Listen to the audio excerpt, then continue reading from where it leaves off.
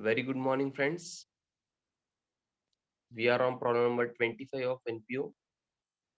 I think we have read adjustment and thereafter we have also covered balance sheet. Opening balance sheet as on 1st April 2019. Now we will move on to receipt and payment account. But for you, this was your homework. So some of the students are saying surplus. Sir, surplus hai. Can you please tell me the amount of surplus? एक बच्चे ने बताया है, okay, बाकी बच्चों ने अभी तक नहीं बताया। अरे बताओ ना, अमाउंट क्या है बताओ ना, सरप्लस क्या है? सिर्फ सरप्लस को मार्क्स नहीं मिलते, अमाउंट भी चाहिए ना।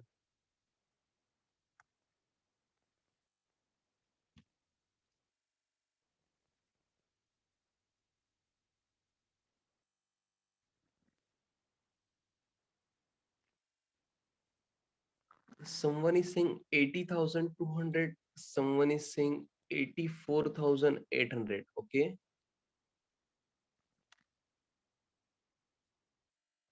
तो बाकी बच्चों ने क्या किया है फिर? 84,800 और एक बच्चा बोल रहा है ओके।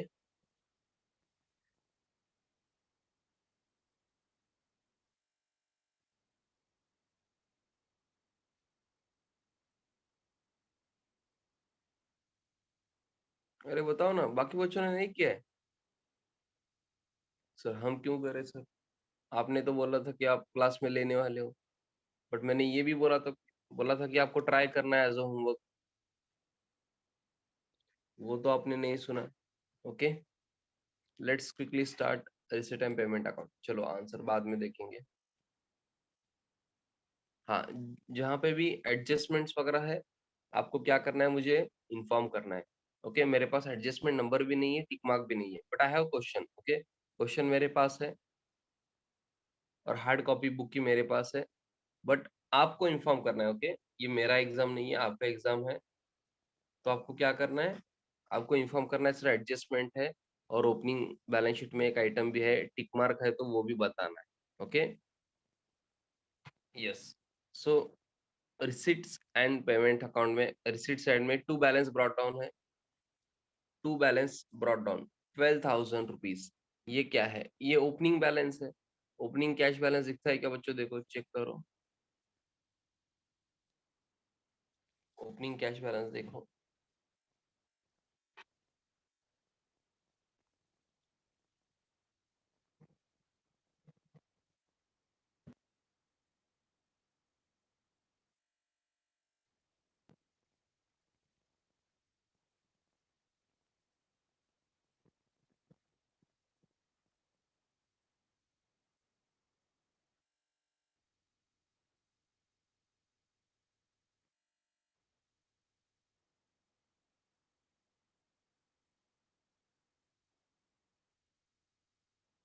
ओपनिंग बैलेंस आपने चेक किया, कैश इन हैंड जो opening balance sheet asset side में है, वही रिसीट एंड पेमेंट का ओपनिंग बैलेंस है। कोई प्रॉब्लम है क्या? नहीं होना चाहिए। कुछ करना है क्या? कुछ भी नहीं करना। Next, subscription. चलो मुझे बताओ, रेवेन्यू रिसीट या कैपिटल रिसीट?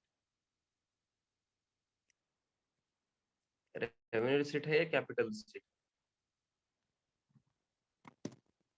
रेवेन्यू रिसीट है तो कहाँ आएगा? इनकम साइड में।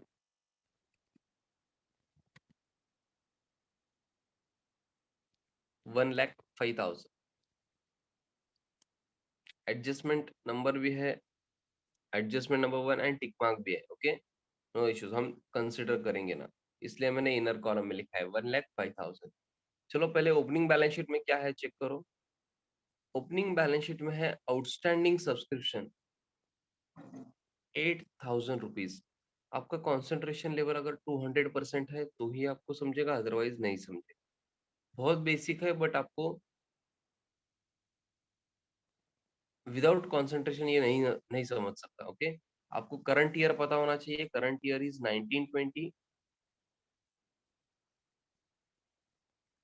Last year is 1819, next year is 2021। Okay, तो वो क्या बोल रहे हैं, ओपनिंग बैलेंस शीट में आउटस्टैंडिंग सब्सक्रिप्शन है 8,000। इसका मीनिंग आपको पता होना चाहिए। इसका मीनिंग क्या है बच्चों? लास्ट ईयर का सब्सक्रिप्शन रिसीवेबल है 8000। समझ रहे हैं ना? ये ओपनिंग बैलेंस शीट है ना। ओपनिंग बैलेंस शीट में आउटस्टैंडिंग सब्सक्रिप्शन है, इसका मतलब क्या है? लास्ट ईयर का आउटस्टैंडिंग सब्सक्रिप्शन है, लास्ट ईयर के सब्सक्रिप्शन रिसीवेबल है 8000। ओके, चलो ये तो समझ गया। हम लास्ट ईयर का करंट ईयर में दिखा सकते हैं क्या? नहीं दिखा सकते। बट उसके रिलेटेड एक एडजस्टमेंट भी है, तो वो भी चेक करना है। ओके, सब्सक्रिप्शन रिसीव्ड इंक्लूड्स मतलब क्या बोलना है इनको? ये रिसीव्ड जो है ना 1,05,000, इट इंक्लूड्स 3,000 फॉर 18-19। मतलब लास्ट ईयर के लिए कितना है बच्चों? 3,000 मिला है सिर्फ। समझ रहे हो क्या?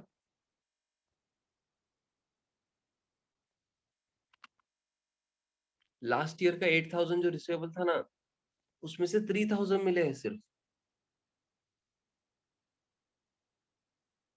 Are you getting me?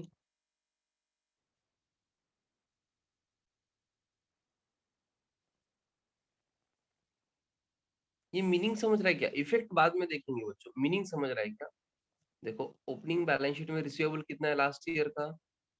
8,000। 8,000 receivable दिख रहा है? यस। तो उसके अगेंस्ट उन्होंने एडजस्टमेंट में दिया है कि subscription received includes 3,000 for 18-19। 18-19 is last year. तो लास्ट ईयर के रिलेटेड आपको 3,000 ही मिले हैं। सर फिर बाकी जो 5,000 है उसका क्या हुआ? वो नहीं मिले हैं बच्चे। 3,000 मिले हैं, इसका मतलब क्या है? बाकी 5,000 और अभी तक आउटस्टैंडिंग है। ओके, ये आपको समझना चाहिए। और outstanding subscription for 1920 that is current year is और वाज 14,000। ओके, मतलब ये करंट ईयर का आउटस्टैंडिंग है, इसका कोई प्रॉब्लम है क्या? नहीं, ये तो आपको आता है। बट इंपॉर्टेंट पॉइंट क्या है यहाँ पे? जो 1,05,000 है उसमें 3,000 जो है वो कब के है बच्चों? लास्ट ईयर के। मुझे इतना बताओ, ये 3,000 जो लास्ट ईयर के है, मैं वो इनकम साइड में दिखा सकता हूँ क्या बच्चों यहाँ पे?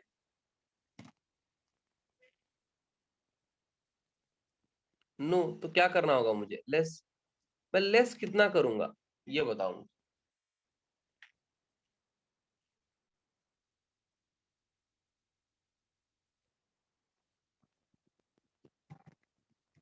रिसीव्ड फॉर 18-19 ऐसा लिख सकते हो आप। 3,000 लेस करूंगा बिकॉज 1,05,000 में सिर्फ 3,000 लास्ट ईयर का है। सर ओपनिंग बैलेंस शीट में तो 8,000 था। करेक्ट है बच्चे, बट उसमें से सिर्फ 3,000 मिले है ना। ये 1,05,000 से अगर आप 3,000 निकालोगे तो आपको करंट ईयर का अमाउंट मिलेगा। Okay, yes. तो ये भी मैंने इनर कॉलम में लिखा है बिकॉज बाकी एडजस्टमेंट भी है। बट इससे पहले आपको क्या करना है? आप क्या भूलोगे मैं ये बता रहा हूँ। ये आप लेस करोगे, इसमें प्रॉब्लम नहीं है। बट बच्चे ये भी ध्यान रखना है आपको, रिसीवेबल था 8,000 लास्ट ईयर का अमाउंट। आपको लास्ट ईयर के कितने मिले बच्चों? 3,000। तो 8,000 माइनस 3,000 जो है ये कितना आता है? 5,000। ये क्या है फिर? ये अभी तक आउटस्टैंडिंग है। अभी तक आउटस्टैंडिंग है बच्चों। This subscription is receivable for 18-19। समझ रहा है क्या? तो ये आउटस्टैंडिंग क्लोजिंग बैलेंस शीट में आएगा। सर बट ये तो लास्ट ईयर का है ना सर, ये क्यों आएगा? अरे बट अभी भी रिसीवेबल है, नहीं मिला है ना बच्चे। समझ रहे हो क्या? अगर आप कॉलेज को 11th की फीस नहीं देते हो, उसके बाद 12th की भी फीस नहीं देते हो, तो दोनों साल का लेंगे ना वो रिसीवेबल। समझ रहा है क्या? तो यहाँ पे वैसे ही हुआ है।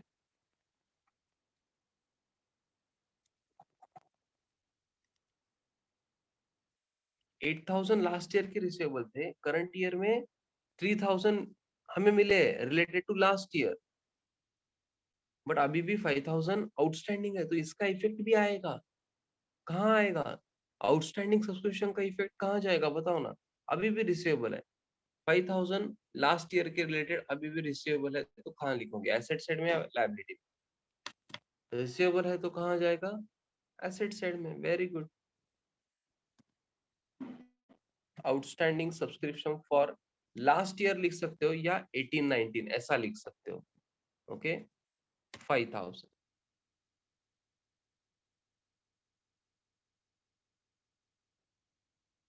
हाँ, अगर आपको लिखना है तो आप लिख सकते हो यहाँ पे ब्रैकेट में 8,000 माइनस 3,000।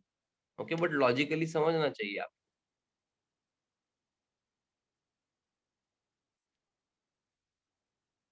और ये लास्ट ईयर है, लास्ट ईयर भी आपको पता होना चाहिए। ऐसा ये भी ब्रैकेट में लिखो, स्टडी करते टाइम आपको थोड़ा सा इजी लगेगा।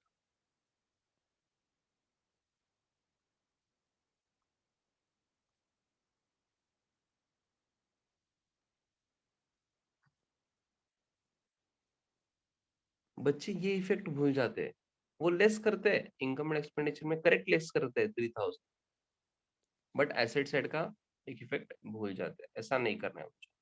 तो अगर आप अभी सब्सक्रिप्शन को देखोगे तो ओपनिंग बैलेंस शीट हमने पूरा कंसीडर कर लिया है। अभी क्या बाकी है, एडजस्टमेंट में जो रिलेटेड टू करंट ईयर है वो बाकी है। Outstanding subscription for 2019-20 that is current year is 14,000। मुझे बताओ, करंट ईयर का सब्सक्रिप्शन इनकम एंड एक्सपेंडिचर में इनकम साइड में दिखाना चाहिए या नहीं दिखाना चाहिए? ये करंट ईयर का सब्सक्रिप्शन है ना, ये दिखाना चाहिए या नहीं दिखाना चाहिए? सर बिल्कुल दिखाना चाहिए। फिर क्या करना है आपको, add outstanding for current year ऐसा लिख सकते हो, या 1920 into the bracket current year में दोनों लिखता हूँ। Amount is 14,000।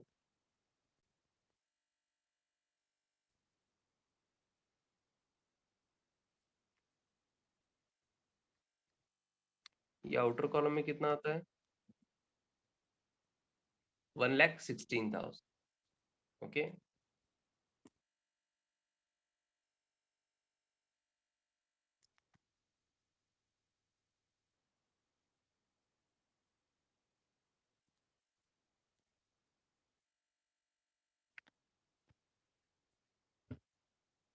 यस। और इसका सेकेंड इफेक्ट कहाँ जाएगा बच्चों, outstanding subscription for current year, subscription receivable होता है, तो outstanding subscription for current year कहाँ लेना है?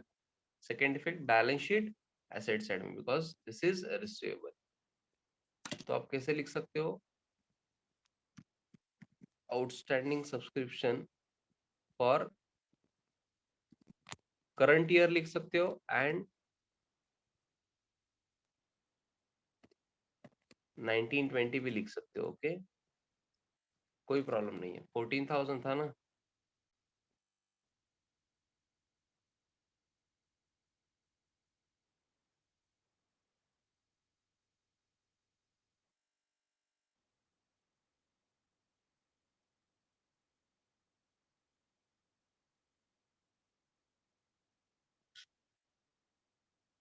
So that's it, this is subscription. आपको सब्सक्रिप्शन समझा है क्या? Have you understood every effect of subscription?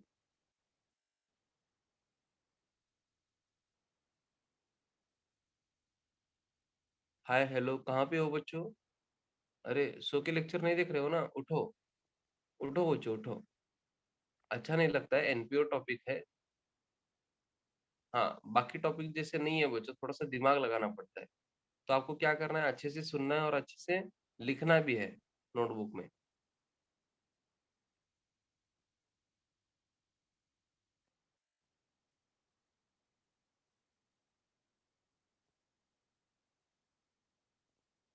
Yes,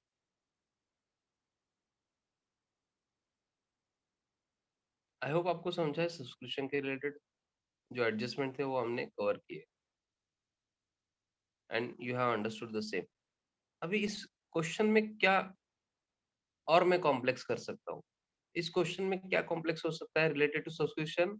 subscription received in advance नहीं है क्वेश्चन, करेक्ट है क्या बच्चों? सब्सक्रिप्शन रिसीव्ड इन एडवांस हो सकता है, ओपनिंग बैलेंस शीट में भी हो सकता है और एडजस्टमेंट में भी हो सकता है। तो और वो एडजस्टमेंट कॉम्प्लेक्स होते हैं, तो वहां आपको क्या करना है, और ज्यादा ध्यान देना पड़ेगा। और ज्यादा कॉन्सेंट्रेशन चाहिए। अब इस प्रॉब्लम में तो ठीक है, उन्होंने बहुत कम एडजस्टमेंट दिए related to subscription, but received in advance भी हो सकता है, ओपनिंग बैलेंस शीट में भी और एडजस्टमेंट में भी। चलो आप इफेक्ट बताओगे क्या मुझे? मैं एक सिंपल क्वेश्चन पूछता हूँ, एक ही पूछता हूँ, ज्यादा कॉम्प्लेक्स नहीं करूंगा। एक क्वेश्चन पूछता हूँ, आप आंसर दोगे ना बच्चों? मुझे इफेक्ट्स चाहिए सिर्फ। एडजस्टमेंट में यहाँ आगे लिखा है, एडजस्टमेंट में ज्यादा कॉम्प्लेक्स नहीं करूंगा मैं। Subscription received in advance in current year ₹10,000।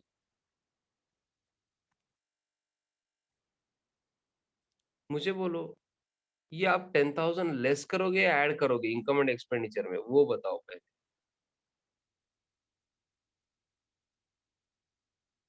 Aparna please think again. Received in advance है, करंट ईयर में आपको पैसे मिले, बट रिसीव्ड इन एडवांस है मतलब कब के पैसे है? नेक्स्ट ईयर के पैसे है ना, नेक्स्ट ईयर के पैसे है। नेक्स्ट ईयर के सब्सक्रिप्शन के पैसे आपको अभी मिल रहे हैं, ठीक है, पैसे तो मिल रहे हैं, बट करंट ईयर के इनकम साइड में दिखा सकते हो क्या आप? नेक्स्ट ईयर का इनकम, नेक्स्ट ईयर का सब्सक्रिप्शन तो नेक्स्ट ईयर दिखाना पड़ेगा ना, समझ रहे हो क्या? यस, तो क्या करना है आपको? लेस करना है फ्रॉम सब्सक्रिप्शन। आई थिंक दो तीन बच्चों ने ऐड बोला था, आई होप आपको समझा है। नेक्स्ट ईयर का सब्सक्रिप्शन आप करंट ईयर में नहीं दिखा सकते हो बच्चों। ओके, हाँ करेक्ट है, पैसे अभी मिले, आपका करेक्ट है सर, पैसे तो अभी मिले, अरे बट नेक्स्ट ईयर का इनकम है ना, तो इसलिए आपको क्या करना है? लेस करना है। नेक्स्ट ईयर का इनकम एंड एक्सपेंडिचर में नहीं दिखा सकते बच्चों। इनकम एंड एक्सपेंडिचर के लिए इतना याद रखो, current year, that's it. Okay, and then second effect कहाँ जाएगा बताओ? बैलेंस शीट में एसेट साइड या liability side? Very good Pratap. Aparna please think again. Tanvi, Netra very good. Shravani very good. Swarna please think again. Gautami please think again. Subscription received in advance. Aparna very good. Bhagyashri, अरे subscription received in advance है, ये income received in advance है बच्चों। Rohit very good. Gautami very good. Ayesha please think again.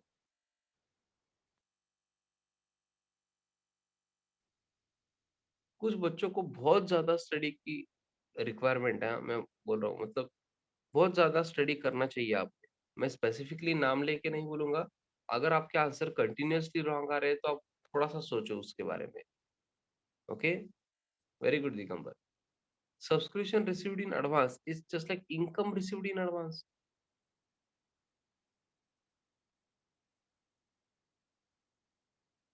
Okay, income received in advance कहाँ जाता है? Liability side. Okay, balance sheet liability side, ये बहुत बार एक्सप्लेन कर चुका हूं मैं, बहुत बहुत बार एक्सप्लेन कर चुका हूँ। ओके, आई डोंट थिंक अभी रिक्वायरमेंट है एक्सप्लेनेशन की, इतना याद रखो। जैसे आप नेक्स्ट ईयर का पेमेंट करने के बाद प्रीपेड एक्सपेंस होते हैं ना, नेक्स्ट ईयर का पेमेंट अगर आप कर रहे हो तो क्या बोलते हो? सर एसेट है, प्रीपेड एक्सपेंस है। तो जैसे नेक्स्ट ईयर का पेमेंट करते हो, वैसे ही आपको नेक्स्ट ईयर के पैसे मिल भी सकते हैं ना, जो भी आपका इनकम है वो रिसीव्ड इन एडवांस हो सकता है ना, तो वो लायबिलिटी साइड में आना चाहिए। लॉजिक भी मैंने बताया था। आपका सर्विस जो है वो ड्यू है ना नेक्स्ट ईयर के लिए। सर लायबिलिटी कहाँ है? ये तो सब्सक्रिप्शन मिल गया हमें, नेक्स्ट ईयर का है, करेक्ट है सर, बट लायबिलिटी मतलब पेएबल होता है ना सर। सर यहाँ पे तो पेएबल है ही नहीं। अरे but you are liable to give that services ना।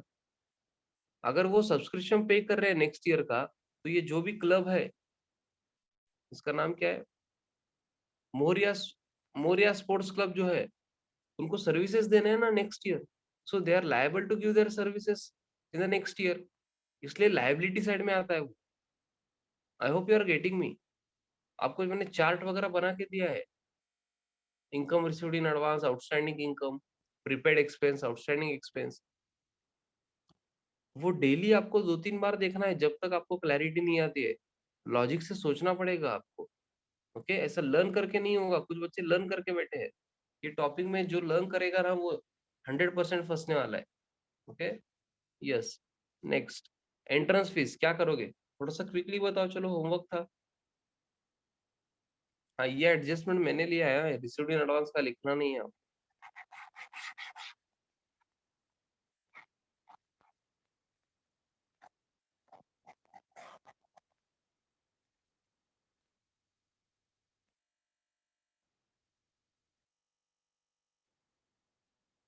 Yes, entrance fees directly capitalised बोला है ना, हमें ज्यादा दिमाग लगाना है क्या बच्चों? नहीं, डायरेक्टली कैपिटल फंड में ऐड कर, कैपिटल फंड में add entrance fees,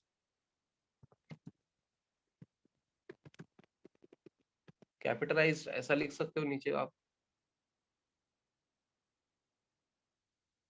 entrance fees capitalised.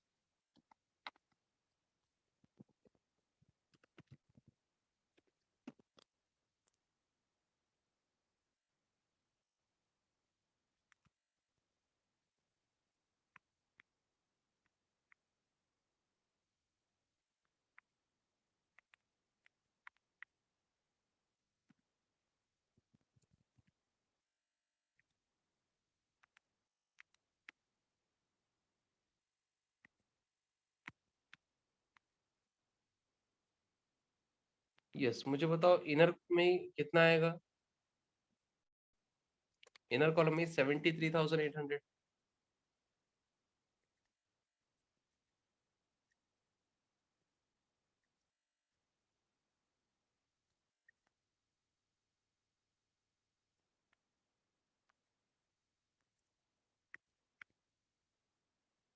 73,800, very good.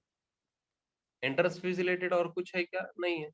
Next, locker rent, revenue receipt है, capital receipt? This is revenue receipt. Okay, sports club में, मोरिया स्पोर्ट्स क्लब में कुछ लॉकर्स होंगे तो उसका रेंट मिलता है उन्हें, this is revenue receipt. Okay, जिनको भी लग रहा है सर कैपिटल रिसीट लग रहा है हमें, तो आपको सोचना है कैपिटल रिसीट कहाँ जाता है बच्चों? कैपिटल रिसीट कहाँ जाता है? लायबिलिटी साइड में। तो लायबिलिटी है क्या लॉकर रेंट जो मिल रहा है वो? नहीं है ना। हाँ, तो ऐसा भी सोच सकते हो आप। हाँ, वो अच्छा नहीं है आपका, आपके लिए वैसे सोचना, बट अगर नहीं समझ रहा है, थोड़ा सा कंफ्यूजन हो रहा है, तो वैसा भी सोचो। Okay, locker rent revenue receipt है इनकम साइड में, एडजस्टमेंट एंड टिक मार्क दोनों है बोल रहे हैं बच्चे, देखेंगे। ओके,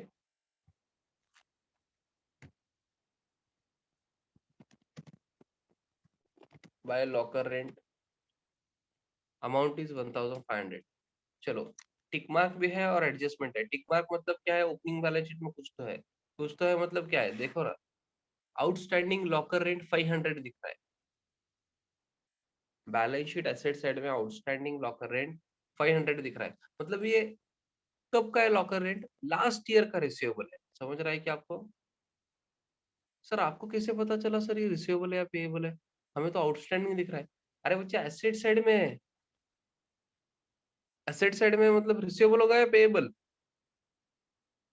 अरे बताओ ना, रिसीवेबल होगा या पेएबल? रिसीवेबल होगा ना। Very good. ये 500 जो है ये लास्ट ईयर के रिसीवेबल है। एडजस्टमेंट में क्या बोलते हैं देखो, adjustment number 4, locker rent outstanding for 1920 is 400, 1920 is current year. Locker rent outstanding for 1920, 1920 तो करंट ईयर है ना, तो सिर्फ करंट ईयर की बात हो रही है। लास्ट ईयर का कुछ बताया है क्या आपको?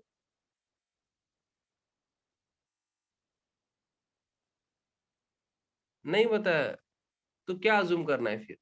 आपको ऐसे अज्यूम करना है कि जो लास्ट ईयर का लॉकर रेट है वो इसमें इंक्लूडेड है बच्चों, ये 1,500 जो है ना, इसमें आपको लास्ट ईयर का लॉकर रेट मिला है। ओके, बट मैं लास्ट ईयर का दिखा सकता हूँ क्या बताओ? लास्ट ईयर का लॉकर रेट मैं इनकम एंड एक्सपेंडिचर में दिखा सकता हूँ क्या? नहीं दिखा सकता हूँ, तो क्या करना है आपको? लेस, रिसीव्ड फॉर 18-19 लिख सकते हो आप।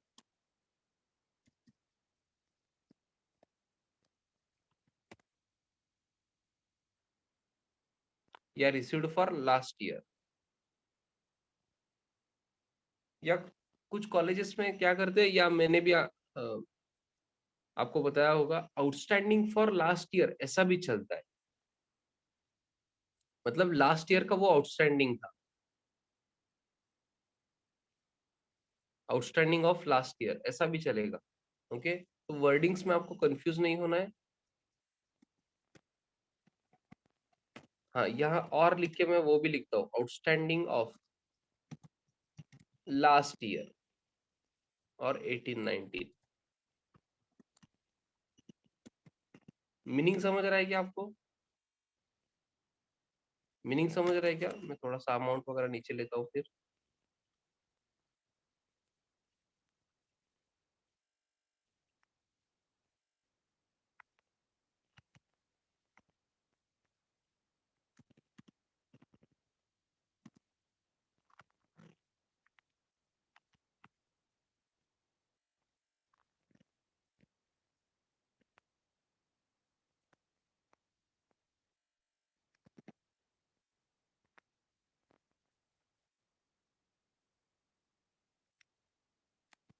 यस,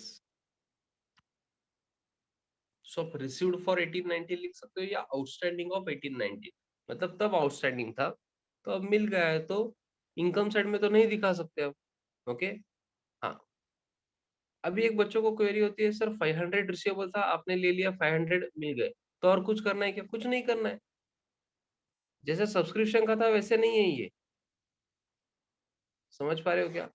500 रिसीवेबल था, तो हमने क्या किया है, 500 करंट ईयर में मिले हैं, तो हमने सिर्फ इनकम साइड में लेस किया है, दैट्स इट। अभी और कुछ रिसीवेबल है क्या? नहीं है, तो बैलेंस शीट में आएगा क्या? नहीं आएगा। अरे समझ रहे हो क्या? लॉकर रेंट जो 500 है लास्ट ईयर का, वो तो मिल गया ना। अभी कुछ रिसीवेबल है क्या? नहीं है। ओके, तो बैलेंस शीट में नहीं आएगा। नेक्स्ट, अभी एडजस्टमेंट में देखो, locker rent outstanding for current year है 400। मुझे बताओ, करंट ईयर का लॉकर रेंट आप इनकम एंड एक्सपेंडिचर में इनकम साइड में दिखाओगे या नहीं? अरे सर करंट ईयर का है, मतलब दिखाना है सर, आपने तो बोला है करंट ईयर इंपॉर्टेंट है इनकम एंड एक्सपेंडिचर में।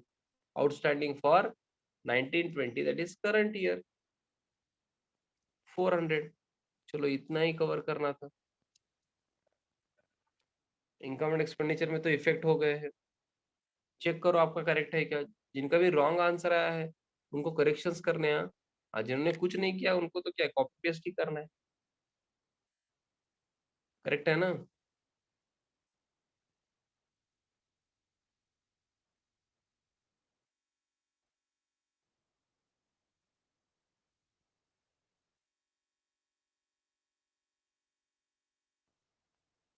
यस। इसका सेकेंड इफेक्ट कहाँ जाएगा? करंट ईयर का आउटस्टैंडिंग है, करंट ईयर का आउटस्टैंडिंग है, कहाँ जाएगा second effect?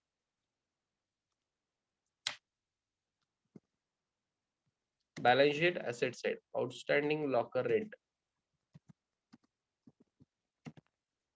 For current year, that is 1920, 400।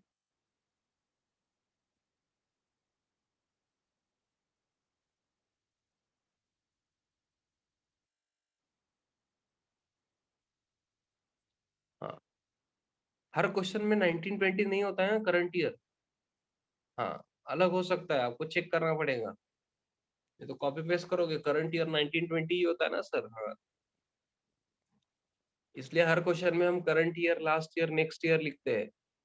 It is most important. तो ये था लॉकर रेंट, ये सब्सक्रिप्शन से और इजी था। इसके बाद क्या है? Donations into the bracket capitalized. Capitalize करना है मतलब क्या समझना है? कैपिटल रिसिट समझना है। कैपिटल रिसिट समझना है तो कहाँ जाओगे आप? लायबिलिटी साइड में। तो आओ लायबिलिटी साइड में कैपिटलाइज करो, ऐड डोनेशंस कैपिटलाइज, आपको पूरा लिखना है।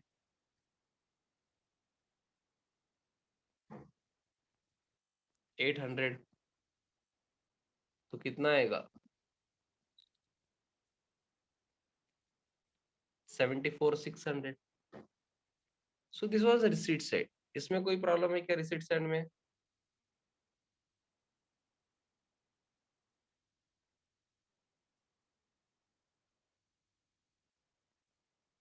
यहाँ तक अगर कुछ मिस्टेक्स होंगे तो आपको क्या करना था, वो रेक्टिफाई करना था आपके नोटबुक में। Yes, now come down to payment side. चलो पेमेंट साइड में क्या है, first item is by balance brought down, opening balance है बैंक ओवरड्राफ्ट वाला, तो ये कहाँ होगा, बैलेंस शीट लायबिलिटी साइड में है ओपनिंग। दिख रहा है क्या, कुछ करना है क्या, कुछ नहीं करना है, कुछ भी नहीं करना है, ओपनिंग बैलेंस है, opening balance sheet liability side में है वो बैंक ओवरड्राफ्ट, कुछ भी नहीं करना है आपको। ओके, बट आपको ये पता होना चाहिए हाँ, अगर बैंक ओवरड्राफ्ट है, रिसीट एंड पेमेंट में क्रेडिट साइड में बाय बैलेंस ब्रॉट डाउन है, तो वो बैंक ओवरड्राफ्ट होता है, और बैंक ओवरड्राफ्ट मतलब ओपनिंग बैलेंस शीट में लायबिलिटी साइड में आता है, because this is temporary loan taken from bank. ये पता होना चाहिए सर, क्यों पता होना चाहिए, बिकॉज बच्चे कभी कभी ना ओपनिंग बैलेंस शीट नहीं देते हैं, तो क्या करना होता है, ओपनिंग बैलेंस शीट भी प्रिपेयर करना होता है, तो आपको तब समझना चाहिए ना, इसलिए पता होना चाहिए। नेक्स्ट सैलरी, चलो बताओ सैलरी रेवेन्यू एक्सपेंडिचर है, यस कहाँ जाएगा, एक्सपेंडिचर साइड। एडजस्टमेंट वगैरह है क्या,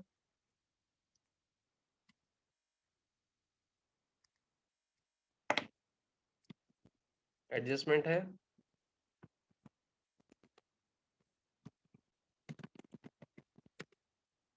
तो इनर कॉलम में लेता हूं मैं 17,500।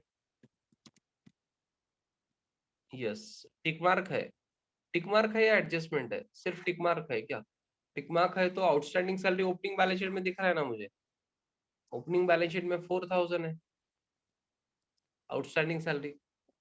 इसका मीनिंग क्या होता है बच्चों, इसका मीनिंग ये है कि लास्ट ईयर का सैलरी पेएबल है 4,000 रुपीज। Okay, that's it. और एडजस्टमेंट है क्या, एडजस्टमेंट किधर है, नहीं है ना,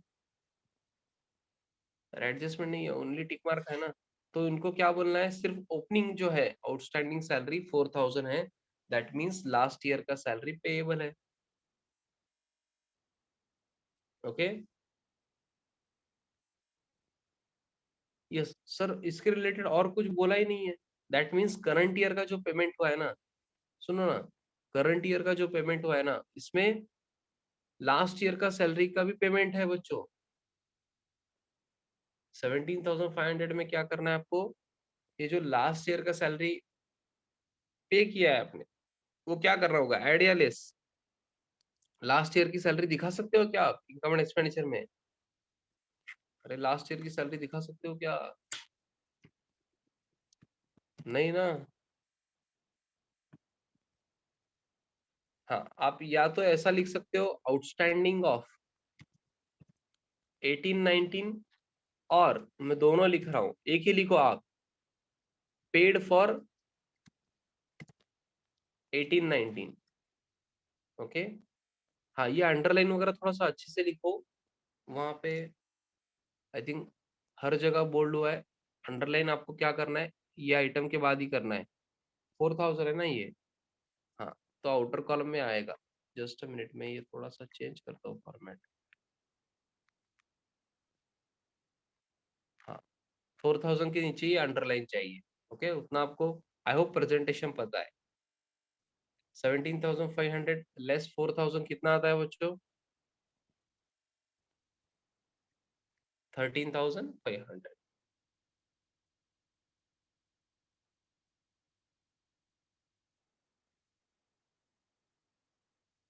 यस, इसका सेकेंड इफेक्ट कहाँ जाएगा बच्चों,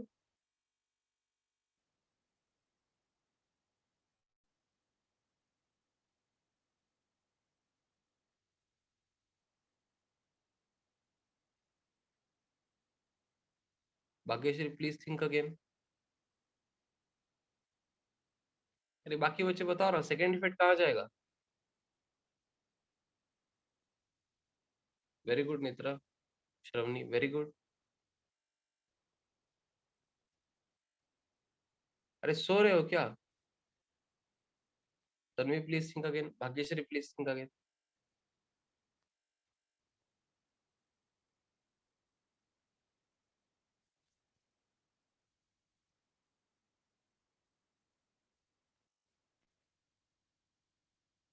कि बच्चे क्या कर रहे थे, तरुण, रोहित, प्रताप, गोपाल, गौतमी, दुर्गा, आयशा, अपर्णा, अनिकेत, क्या कर रहे हो? बताओ ना, आंसर बताओ ना बच्चों। अरे सेकंड इफेक्ट कहाँ से आएगा बच्चों? लास्ट ईयर का पेएबल था ना सैलरी, आपने पे कर दिया। अभी कुछ बाकी है क्या? नहीं है। तो सेकंड इफेक्ट क्यों आएगा? नहीं आएगा बच्चों। Please think logically. हाँ, आप लर्न मत करो ऐसे। सैलरी पेएबल है ना, लास्ट ईयर का पेएबल था 4000, आपने बोला करंट ईयर में पे किया है। करंट ईयर के इनकम एंड एक्सपेंडिचर में एक्सपेंडिचर साइड में दिखा सकता हूँ क्या मैं? नहीं दिखा सकता हूँ, इसलिए लेस किया आपने। दैट्स इट, उतना ही है ना। हाँ, इसमें से कुछ बाकी है क्या 4000 से? सिर्फ 1000 पे किया है, 3000 बाकी है, ऐसा कुछ है क्या? नहीं है। पूरा पे कर दिया ना। और कुछ बाकी है क्या? नहीं है। तो सेकंड इफेक्ट आएगा क्या बच्चों? No second effect. मैंने तो ऐसे ही पूछ लिया, आपका कंसंट्रेशन है या नहीं चेक करने के लिए। बट किसी का भी नहीं है कंसंट्रेशन, एक दो बच्चों का ऐसे। हाँ, जिनका आंसर रॉन्ग आया है, ठीक है, आपने आंसर तो दिया। कुछ बच्चे तो ऐसे ही बैठे हैं। Okay, so no second effect. Have you understood this? Last year का सैलरी पेएबल था, आपने पे कर दिया पूरा। करेक्ट है? तो आपने क्या किया? एक्सपेंडिचर साइड में लास्ट ईयर का नहीं दिखा सकते, इसलिए लेस किया। दैट्स इट, उतना ही इफेक्ट देना है आपको। और कुछ बाकी है क्या? आउटस्टैंडिंग सैलरी वगैरह है क्या? और नहीं है तो क्या इफेक्ट दोगे? सेकंड इफेक्ट नहीं आएगा। ओके, तो हमने अभी सैलरी तक कवर किया है। बाकी हम क्या करेंगे? नेक्स्ट लेक्चर में कवर करेंगे। अभी तक जिन्होंने ये सॉल्यूशन नहीं किया है, कंप्लीट करो आज के आज। ओके, तो नेक्स्ट लेक्चर में आपको और इजी लगेगा। आई hope you understood the same. चलो बाय करो बच्चों। आज ट्राई करना है जिन्होंने ट्राई नहीं किया था। ओके, बहुत इंपॉर्टेंट क्वेश्चन है, डायरेक्टली यही क्वेश्चन आ सकता है एग्जाम में। Yes, bye bye and thank you.